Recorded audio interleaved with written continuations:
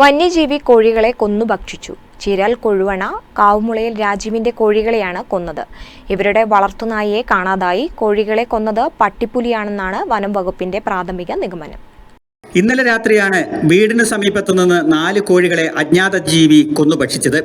തൊട്ടടുത്ത് കൂട്ടിലുണ്ടായിരുന്ന നായയെയും കാണാനില്ല. നായക്കൂടും തകർത്ത നിലയിലാണ്.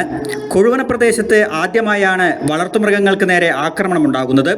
തൊട്ടടുത്ത പ്രദേശമായ വെള്ളച്ചാലിൽ മാസങ്ങൾക്ക് മുമ്പ് പുലി സാന്നിധ്യമുണ്ടായിരുന്നു. വനം വകുപ്പ് സ്ഥലത്തെത്തി പരിശോധനകൾ നടത്തി.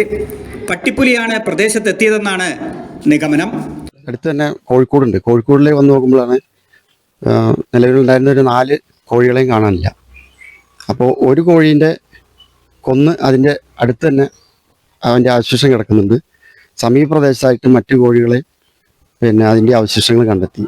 അങ്ങനെ അതിൻ്റെ ഭാഗമായിട്ട് ഫോറസ്റ്റ് ഓഫീസിൽ മേപ്പാടി അതുപോലെ നൂൽപ്പുഴ ഫോറസ്റ്റ് വിവരം അറിയിക്കുകയും അവർ ബന്ധപ്പെട്ട അധികാരികൾ വരികയും അവർ പരിശോധന നടത്തിയതിൻ്റെ അടിസ്ഥാനത്തിൽ പുലിയാണെന്നാണ് സ്ഥിരീകരിച്ചത്. അതായത് ചെറിയ പുലി ആണെന്ന് സ്ഥിരീകരിക്കുകയും അവർ അപ്പോൾ ആ സമയത്ത് തന്നെ ക്യാമറ സ്ഥാപിക്കുകയും ചെയ്തിട്ടുണ്ട്. വനം വകുപ്പ് പ്രദേശത്ത് ക്യാമറകൾ സ്ഥാപിച്ചിട്ടുണ്ട്. രാത്രിയിൽ നിരീക്ഷണം തുടരുമെന്നും അറിയിച്ചു. വയനാട് വിഷൻ, ചീരാൽ.